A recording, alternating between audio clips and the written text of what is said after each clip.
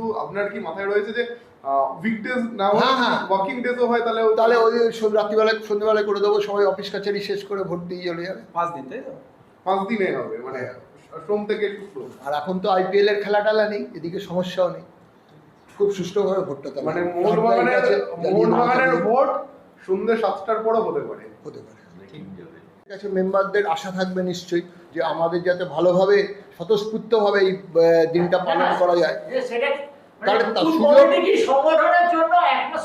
আরে সেটা তো সুযোগ তাদের তৈরি করতে হবে, তো সেখানেই তো তাদের ক্রেডিট যে আমরা কম সময়ে আমরা এতটা প্রস্তুতি নিয়ে নিয়েছি, তাই না? আপনি বললেন 5 দিন ভোট, আমরা একটা শুনছিলাম 22 কিংবা 29 জুন। দেখা যাক কি হয়।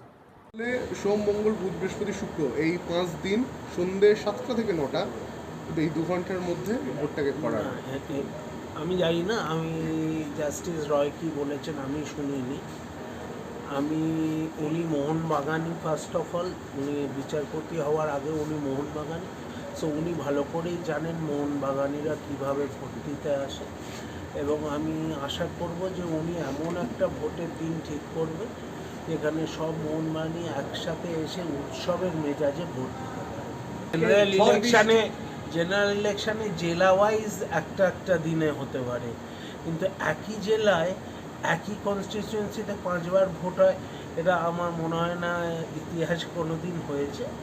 অবশ্য মোহনবাগান সবসময় ইতিহাস তৈরি করে, তবে আমি আশা করব এই ব্যাপারে যেন ইতিহাস না তৈরি হয়।